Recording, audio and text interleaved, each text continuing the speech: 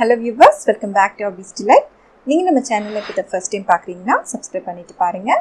கூடவே இருக்க பெல் ஐக்கானை கிளிக் பண்ணிக்கோங்க. இன்றைக்கி நம்ம McRennettல இருக்க சாக்லேட் கேக் ரெசிபி தான் பார்க்க போகிறோம். ஸோ பட்டர் க்ரீம் யூஸ் பண்ணி நம்ம சாக்லேட் கேக் பண்ண போகிறோம். நீங்கள் பிகினர்ஸாக இருக்கீங்க, ஃபர்ஸ்ட் டைம் நீங்கள் கேக் பண்ணுறீங்க அப்படின்னா நீங்கள் ஃப்ரெஷ் க்ரீம் கேக்கை விட நீங்கள் பட்டர் க்ரீம் கேக்ஸ் நீங்கள் ட்ரை பண்ணலாம். இது நீங்கள் டெக்கரேட் பண்ணுறதுக்கும் சரி, ஃப்ராஸ்டிங் பண்ணுறதுக்கும் சரி ரொம்பவே ஈஸியாக வருங்க. ஸோ இது நீங்கள் எந்த வகையிலையுமே ஃப்ளாப் ஆகாமல் நீங்கள் சூப்பராக செஞ்சு முடிக்கலாம். ஸோ வாங்க இது எப்படி செய்யுதுன்னு சொல்லிட்டு பார்க்கலாம். சாக்லேட் ஸ்பாஞ்ச் செய்யறதுக்கு 1/2 கப் மைதா எடுத்துக்கோங்க. அது கூட 1 டேபிள் ஸ்பூன் அளவுக்கு கொக்கோ பவுடர் யூஸ் பண்ணிக்கோங்க. 1/2 teaspoon baking powder, 1/4 teaspoon baking soda. இப்போ இது எல்லாத்தையும் போட்டு நல்லா ஜலிச்சு எடுத்துக்கோங்க. ஜலிச்சு எடுத்தது நல்ல ஒரு விஸ்கால போட்டு மிக்ஸ் பண்ணி எடுத்து வச்சுக்கோங்க. இப்போ ரூம் டெம்பரேச்சரில் 2 முட்டை எடுத்திருக்கேன். முட்டை ஃப்ரிட்ஜில் வச்சு யூஸ் பண்ணக்கூடாது.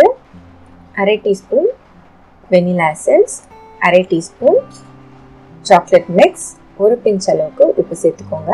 இதில் 1/2 கப்புக்கும் கொஞ்சம் கம்மியாக பவுடர் பண்ண சர்க்கரை அதை சேர்த்து இது நல்லா பீட் பண்ண ஆரம்பிங்க.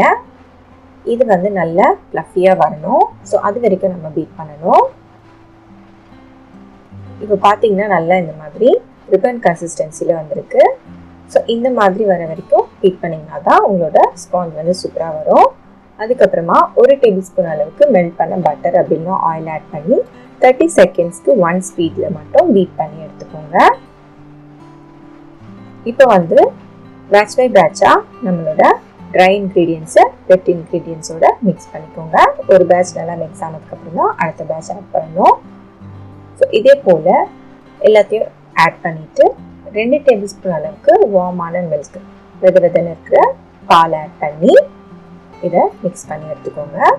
எல்லாத்தையும் போட்டு மிக்ஸ் பண்ணதுக்கப்புறமா ஒரு ஸ்பேச்சுலா வச்சு சைட்ஸ் எல்லாம் எடுத்து விட்டுருங்க. அப்புறமா இதை ஆயில் க்ரீஸ் பண்ண பேனில் 6 இன்ச் பேனில் பட்டர் பேப்பர் போட்டு வச்சுருக்கேன். ஸோ அதில் ட்ரான்ஸ்ஃபர் பண்ணிவிட்டு ஓவனில் 180 டிகிரி செல்சியஸில் 10 மினிட்ஸ் ப்ரீ ஹீட் பண்ண ஓவனில் 30 மினிட்ஸ்க்கு பேக் பண்ணி எடுத்துக்கோங்க. பாத்திரத்தில் பேக் பண்ணுற மாதிரி இருந்தால் ஹீட் பண்ணிவிட்டு 30 மினிட்ஸ்க்கு லோ ஃப்ளேமில் இதை பேக் பண்ணி எடுத்துக்கோங்க. இப்போ நமக்கு சூப்பரான ஸ்பாஞ்ச் ரெடி ஆயிடுச்சு. இப்போ பட்டர் க்ரீம் பண்ணுறதுக்கு 100 கிராம்ஸ் அன்சால்டட் பட்டர் எடுத்திருக்கேன். இது ரூம் டெம்பரேச்சரில் இருக்கணும். ஸோ இது நல்லா பீட்டர் வச்சு நீங்கள் பண்ணும்போது இது நல்லா மெல்ட் ஆகி நல்லா க்ரீமியாக வரணும். ஸோ அது வரைக்கும் நம்ம சர்க்கரை ஆட் பண்ணக்கூடாது. இப்போ ஃபுல்லாமே நல்லா மெல்ட் ஆகி வந்துடுச்சு. இப்போ இது கூட 1 கப் அளவுக்கு பவுடர் பண்ண சர்க்கரை இது நல்லா பவுடர் பண்ணி ஜலிச்சுட்டு அதுக்கப்புறம் ஆட் பண்ணுங்கள். ஏன்னா கொஞ்சம் கிரானியூல்ஸ் இருக்க மாதிரி இருக்கும். ஸோ அதை அவாய்ட் பண்ணுறதுக்கு நீங்கள் நல்லா ஜலிச்சுட்டு யூஸ் பண்ணுங்கள். இது நல்லா பீட் பண்ணுங்கள். இது சைட்ஸ் எல்லாம் எடுத்து விட்டுட்டு பீட் பண்ணணும். இல்லைன்னா பட்டர் அங்கங்கே சேர்ந்துடும். ஸோ இந்த அளவுக்கு நல்லா ஒயிட்டாக வர அளவுக்கு இதை நல்லா பீட் பண்ணி எடுத்துக்கோங்க. அதுக்கப்புறமா தான் 1/4 கப் அளவுக்கு கொக்கோ பவுடர் ஆட் பண்ணிக்கோங்க. நீங்கள் இதுக்கு பதிலாக மெல்ட் பண்ண சாக்லேட் கூட ஆட் பண்ணலாம். அந்த க்ரீமே ரொம்பவே நல்லாயிருக்கும். இப்போ இது கூட சாக்லேட் மிக்ஸ் 1/2 டீஸ்பூன் ஆட் பண்ணுறேன். 1 டேபிள் ஸ்பூன் அளவுக்கு ஃப்ரெஷ் க்ரீம் ஆட் பண்ணுறேன். ஸோ இந்த க்ரீம் ஆட் பண்ணும்போது நல்ல ஒரு ஷைன் கொடுக்கும். அதுக்காக தான் 1 டீஸ்பூன் வெனிலா எசன்ஸ் ஆட் பண்ணிக்கோங்க.